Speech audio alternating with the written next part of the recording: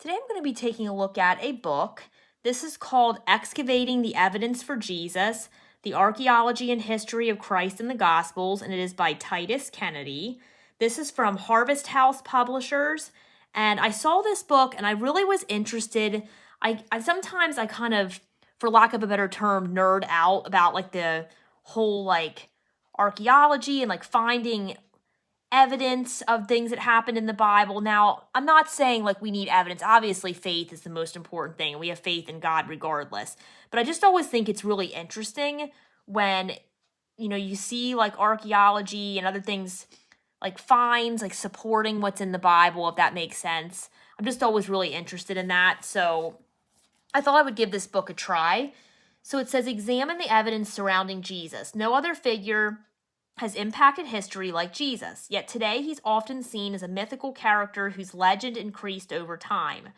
So what does the historical and archaeological evidence say about Jesus? Archaeologist Dr. Titus Kennedy has investigated firsthand the discoveries connected to Jesus' birth, ministry, crucifixion, and resurrection. He has visited and excavated where Jesus walked and examined the artifacts connected to Jesus' life. Here, he presents an up-to-date and comprehensive overview of the research and findings that illuminate I can't say that word, I know it, but illuminates Christ as presented in the Bible. Sorry, I had like a moment there that I could not pronounce that word. Excavating the evidence for Jesus progresses chronologically through the Gospels, noting the many relevant archaeological, I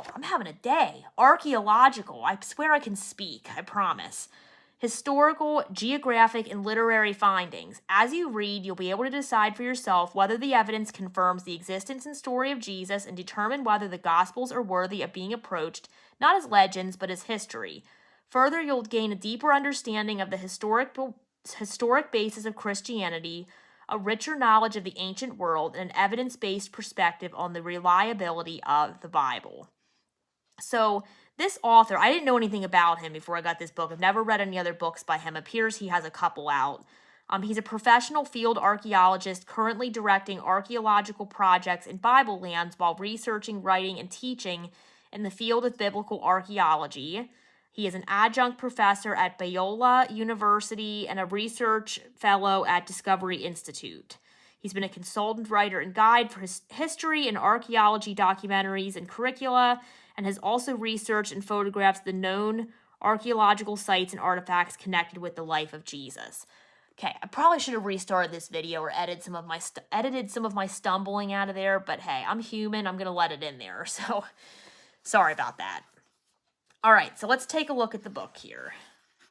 I swear I'm smarter than what I sound sometimes.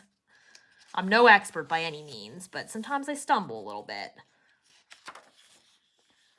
All right, so taking a look at this, it does say all scripture quotations from the NASB translation. So it sounds like most of the references are going to be from the NASB translation. This was written in 2022, so not too old here.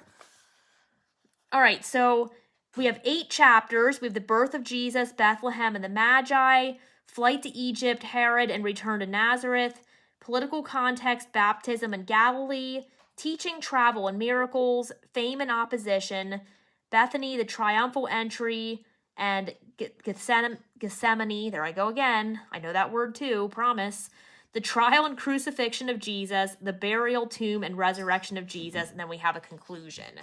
So this is basically going through the life of Jesus from birth through resurrection and showing some archaeological evidence and things that were found to support his life and what's in the Bible. Okay, so this is definitely, taking a look at this, now I've read a little bit of it, I haven't gotten super far into it because I was really excited to share it with you. I can come back and do a review once I finish it as well. But just looking at this and what I've read so far, this is not going to be like I sit down and finish this book in a day or two. This is one that for me, and maybe you're different than me, but for me, I'm going to have to sit down and soak in what I'm reading and really take my time and really be in the mood and headspace to kind of sit and study and learn and understand what the book is telling me. So it is a little bit more like academic, I guess I would say, than some of the other books that I review, which I like that. There's nothing wrong with that. but it's not one that I'm going to be able to rush through. It's one that I'm really going to have to sit and put my mind to it. All right, so this first chapter is the birth of Jesus, Bethlehem, and the Magi. So I do like, too, that it has some pictures throughout. It kind of reminds me of, like, I don't know if I want to say a textbook, but it kind of does remind me a little bit of a textbook. Like something you would read for, like, a seminary class or something. Not that I'm, like, super familiar with that, because I was never in seminary, but a college course or something like that. We have a coin here. Nazareth and Mary's well. So this chapter is just kind of talking about like Nazareth, Bethlehem, just kind of looking at those cities and some evidence there that was found, some background knowledge about each place and what was going on at the time of Jesus there. Here, for example, here's some ruins at the Church of the Annunciation in Nazareth.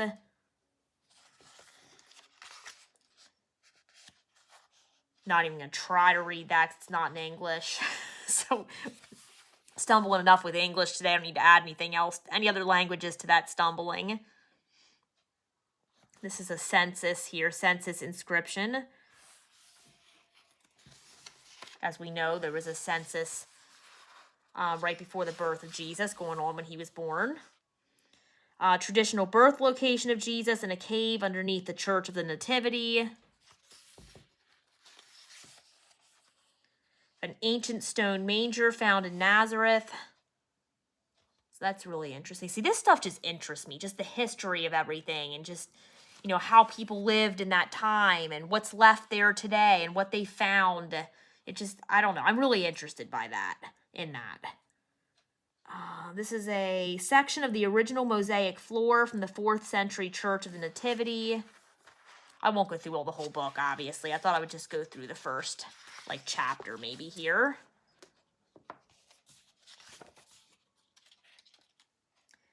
Talks about the date of the birth of Jesus. Obviously, we're not going to know like solid, straight answers on that, but just kind of the thoughts of that and around the time it could have been. This is from the tomb of Severa. This is AD 250, and I don't know if I'm saying that right, but you get the point.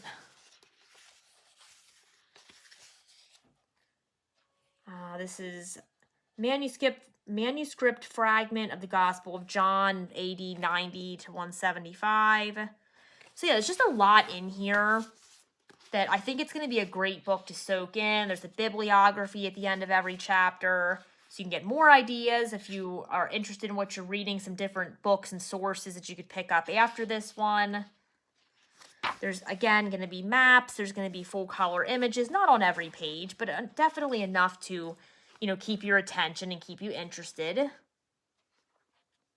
I said, it is a lot. It does kind of remind me of a textbook, an interesting textbook, but it's definitely more academic than some of the other books that I've reviewed before. Just to be aware of that. I feel like, though, if I take my time and go through this, I'm going to be okay. Like, I don't think it's going to super overwhelm me. It hasn't yet. Like I said, I'm not super far into it, so I don't want to say that 100% certainty. But I think if I don't sit and try to read, like, the whole book in a couple days, I'll be okay. Just give myself time to read, soak it in, enjoy it. We'll be good. All right, so that is just a basic idea of this book, Excavating the Evidence for Jesus. I have like 900,000 books in my to-be-read pile, and that's only a slight exaggeration. So I'm hoping to get to this soon. I may just read this one like maybe like on Saturdays. Like obviously I'm not going to stick to the same day every week necessarily, but you know what I mean. It's probably not going to be an everyday read as I have a lot going on, but it's one that when I have the time to sit down and really focus and really be more academic minded, then I'll pick this up.